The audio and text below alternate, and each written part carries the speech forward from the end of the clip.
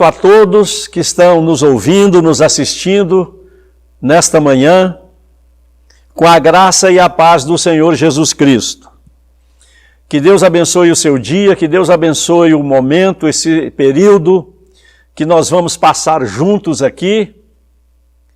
Que Deus tenha misericórdia das nossas vidas.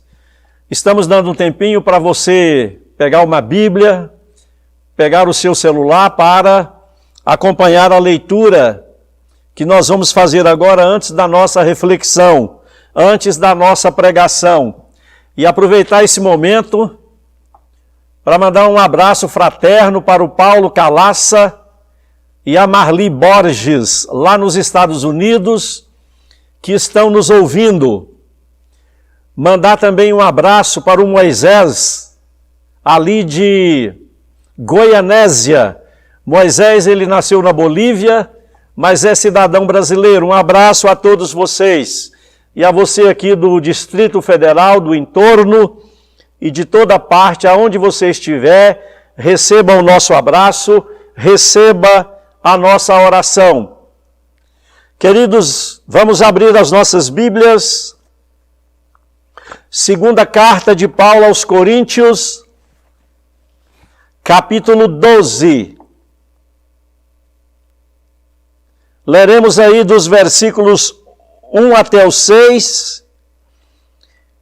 E mais à frente nós leremos também os outros versículos. Diz assim, 2 aos Coríntios, capítulo 12, versículos de 1 a 6. Se é necessário que me glorie, ainda que não convém, passarei as visões e revelações do Senhor. Conheço um homem em Cristo que há 14 anos foi arrebatado até o terceiro céu.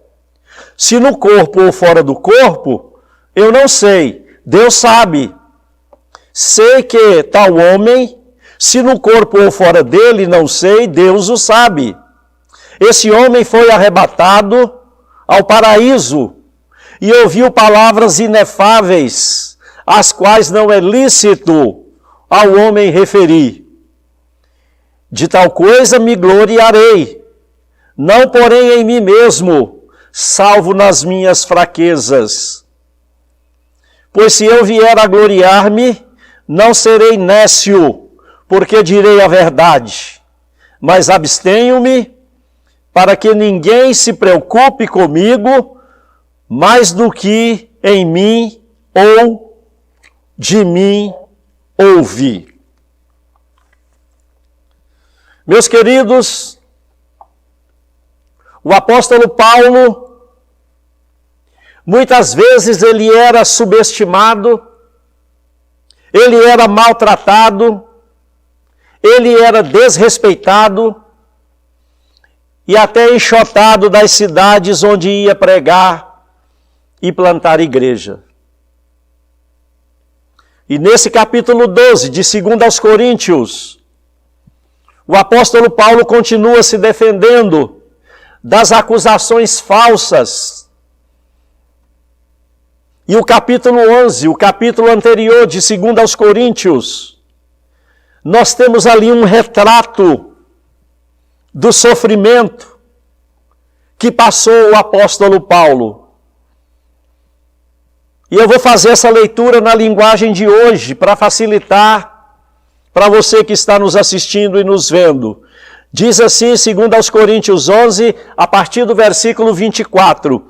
Muitas vezes eu estive em perigo de morte, e em 5 ocasiões, os judeus me deram 39 chicotadas. Os romanos me bateram com porretes.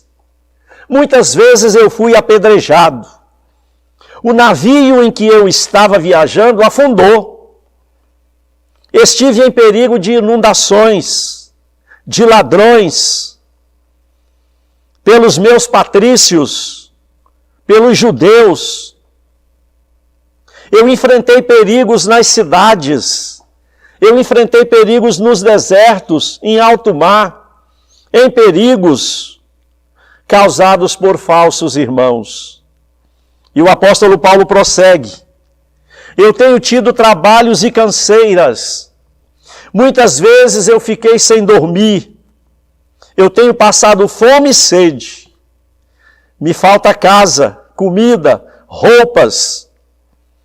Além dessas e outras coisas, ainda me pesa diariamente sobre mim a preocupação que tenho para com as igrejas.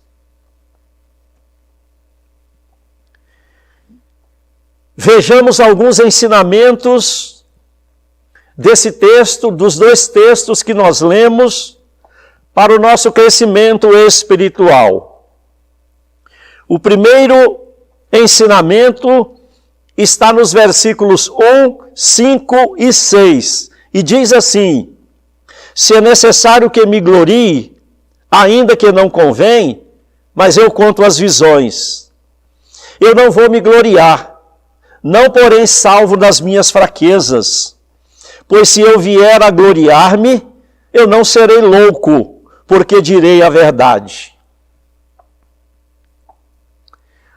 Paulo não era um contador de histórias, de vantagens pessoais.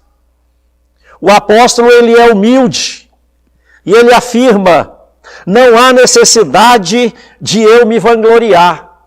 E o apóstolo diz ainda: se eu me vangloriar, eu serei louco, e não tenho a intenção de me tornar um super-homem. Eu não tenho a intenção de me autovalorizar. O apóstolo era uma pessoa humilde.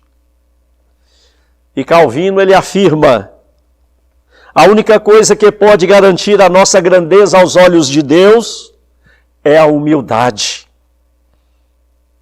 Mesmo o apóstolo sendo o maior missionário, mesmo ele sendo um teólogo acima da média, mesmo Paulo sendo acima da média, de outro patamar, esse apóstolo era humilde, ele era discreto, mas acima de tudo ele era um servo de Deus. Paulo não fugia do serviço, ele não ficava dentro das quatro paredes, ele não fugia da raia. Ele chega a Malta depois de um naufrágio e ele vai catar gravetos para manter o fogo aceso e aquecer os seus companheiros. O maior homem que já pisou nesse planeta, o Rei dos Reis, o Criador do Universo, é o nosso maior exemplo de humildade, meus amados. Ele lavou os pés dos discípulos.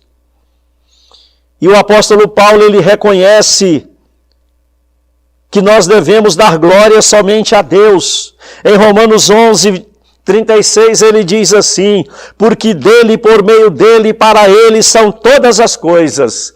A ele, pois, glória eternamente e amém.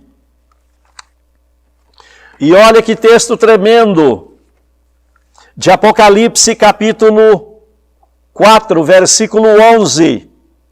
Tu és digno, Senhor, Deus nosso, de receber a honra, a glória, o poder, porque todas as coisas tu criaste, sim, por causa da tua vontade, vieram a existir e foram criadas. Jesus nos faz um convite nessa manhã, para os dias de hoje. Ele diz assim: vinde a mim, todos que estáis cansados e sobrecarregados, e eu vos aliviarei.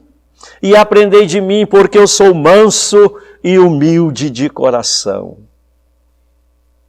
E em Mateus capítulo 5, o mesmo Jesus deixou uma promessa para nós. Bem-aventurados, mais que felizes, os humildes de espírito, porque deles é o reino dos céus.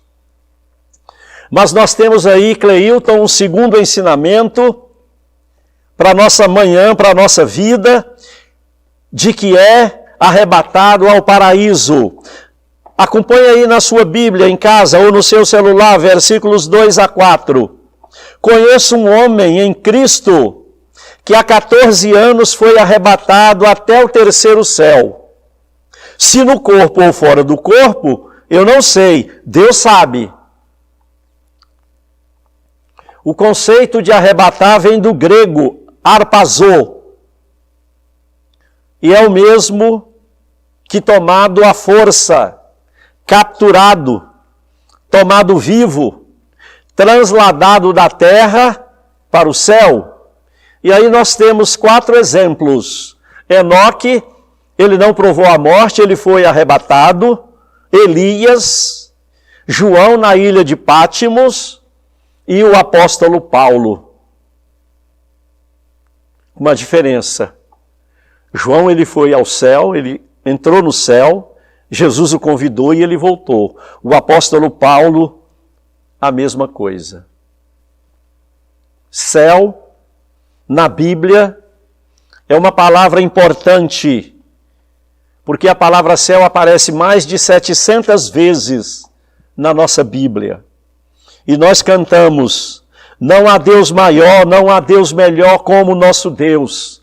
Criou os céus, criou a terra, tudo ele fez, tudo formou.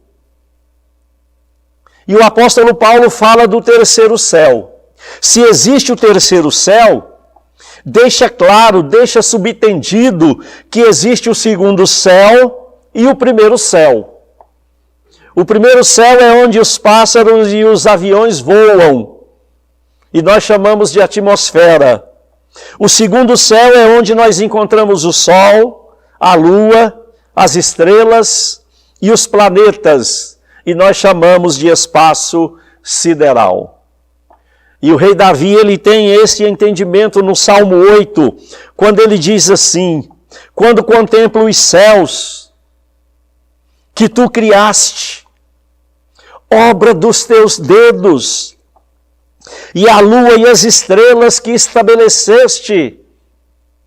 Aí ele pergunta, que é o homem? Quem sou eu? Quem é você? Para que Deus se lembre de nós. E Jó também, um dos livros mais antigos da Bíblia, no capítulo 26, versículo 7, diz assim, Deus estendeu o céu sobre o vazio e suspendeu a terra por cima do nada. Queridos, isso aí nós chamamos de providência de Deus. Deus, ele mantém a terra suspensa no ar, no universo. A terra não está apoiada sobre nada. Quem sustenta o planeta Terra no espaço é o nosso Deus onipotente. Mas ainda sobre o terceiro céu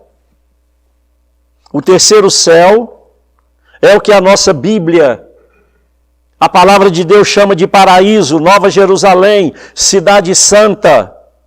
Esse terceiro céu é onde os salvos, os crentes, vão morar eternamente. Veja que algo tremendo e interessante. Os que morreram em Cristo, quando você e eu deixarmos esse corpo, nós não vamos para o primeiro céu, ficar andando de asa delta ou de ultraleve, não vamos. Nós não vamos também para o segundo céu, para o espaço sideral, ficar voando no espaço feito alma penada, também não. Os crentes, os salvos, eu e você, aqueles que serão arrebatados na volta de Jesus, esses vão morar no terceiro céu, no paraíso, aonde nós ficaremos por toda a eternidade, para sempre com o Senhor Jesus Cristo. Apocalipse 21, João, ele teve a visão do céu. E diz assim, e me transportou em espírito até uma grande e elevada montanha, e me mostrou a santa cidade, que descia do céu, a qual tem a glória de Deus. O seu fulgor é semelhante a uma pedra cristalina de jaspe. Enoque, Elias, João e Paulo foram arrebatados até o terceiro céu. Um dia, nós não sabemos quando, nós também seremos arrebatados, se o Senhor não nos chamar ontem para junto de si, e então nós estaremos para sempre com o Senhor, por toda a eternidade. Mas tem aí um terceiro ensinamento, que é o espinho na carne. Veja aí, por gentileza, o versículo 7. Para que não me ensoberbecesse com a grandeza das revelações, foi-me posto um espinho na carne, mensageiro de Satanás, para me esbofetear, a fim de que eu não me exalte. Amados, o espinho nesse verso é um objeto pontiagudo, é um ferrão, é uma farpa ou uma ponta de anzol. E a gente sabe, quando a gente fura o dedo com um espinho, dói muito e a gente precisa agir rápido para não infeccionar. E esse espinho aqui do capítulo 12 veio como mensageiro de Satanás, mas com a permissão do nosso Deus. E Calvino, ele entende que esse espinho é a soma de todos os sofrimentos. Champlin, Russell Norman Champlin, ele entende que podia ser uma debilidade física no apóstolo Paulo, ou uma enfermidade. O importante aqui não é o espinho na carne, mas o que esse espinho causava na vida de Paulo. E esse espinho, queridos, muitas vezes esbofeteava o apóstolo Paulo. E esbofetear significa bater com força, com o punho, tratar com violência. Esbofetear é o mesmo que espancar. Observe aqui o contraste. No verso 4, o apóstolo Paulo, ele narra o seu arrebatamento ao céu. Mas aqui no versículo 7, ele conta a experiência dolorosa do espinho na carne. O nosso Deus, Ele sabe equilibrar nas nossas vidas as bênçãos e os fardos. O nosso Deus, Ele sabe equilibrar o sofrimento e a glória. Ele sabe equilibrar as alegrias e as tristezas. E até parece um paradoxo. Paulo vai do paraíso à dor aguda do sofrimento. Algumas vezes, nós provamos as bênçãos de Deus, mas em seguida nós sentimos os golpes de Satanás aqui na terra. O sofrimento aqui na terra é inevitável. Não há vida sem dor e sem sofrimento. De março até hoje, nós estamos enfrentando uma tempestade. Alguns amigos, parentes, familiares nos deixaram, partiram dessa terra. Outros estão enfrentando diversas enfermidades. E outros também foram curados. Durante a nossa peregrinação, aqui na terra, nós enfrentamos a perseguição, as privações, as provações, enfrentamos a enfermidade, a oposição, e até o luto. Nem sempre Deus nos livra do sofrimento, mas Ele nos dá graça para superá-los vitoriosamente. Salmo 119, versículo 71. Foi-me bom eu ter passado pela aflição, para que eu aprendesse os teus decretos. E em Isaías 43, versículo 2, nós temos uma promessa. Quando passardes pelas águas, eu serei contigo. Quando pelos rios, eles não te submergirão. Quando passares pelo fogo, não te queimarás. E Jesus fala para você nesta manhã e para mim, João capítulo 16, versículo 33. No mundo passais por aflições, mas tende bom ânimo, eu venci o mundo. Olha, Cleilton, quarto e último ensinamento. Nem sempre a resposta de Deus é sim. Versículos 8 e 9. Pedi ao Senhor 3 vezes que afastasse de mim esse espinho. Então ele me disse, a minha graça te basta, porque o poder se aperfeiçoa na fraqueza. De boa vontade, pois, me gloriarei nas fraquezas, para que sobre mim repouse o poder de Cristo. Olha, é uma realidade. Nem sempre Deus responde a nossas orações da forma que nós pedimos, porque a graça de Deus, ela é melhor do que a vida. A graça de Deus, ela nos capacita a enfrentar vitoriosamente os sofrimentos. A graça de Deus é o remédio para a nossa alma aflita e o nosso corpo frágil. Essa mesma graça que nos fortalece e nos coloca de pé, que levanta o caído. Não devemos orar por vida fácil, mas para sermos homens e mulheres de Deus, capacitados por Deus pela sua graça. O poder de Deus se aperfeiçoa na fraqueza. Deus não removeu o espinho da carne de Paulo, mas o transformou e o capacitou para pregar o Evangelho no mundo e em Roma. Observe também que Deus não deu explicação a Paulo, mas disse, a minha graça te basta. E Paulo nos conforta com as seguintes palavras.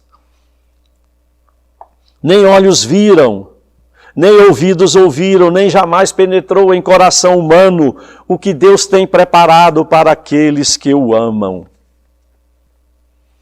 E eu quero finalizar, Gilcinho, que já chegou para a palavra das 9h40, e eu quero finalizar com algumas aplicações de como nós devemos lidar com o sofrimento. Primeiro, há um propósito divino em cada um dos nossos sofrimentos. Deus nos está preparando para consolarmos outras pessoas. E nesses dias, como nós temos sido consolados e consolados outras pessoas. Segundo, nós podemos perguntar para Deus por que sofremos.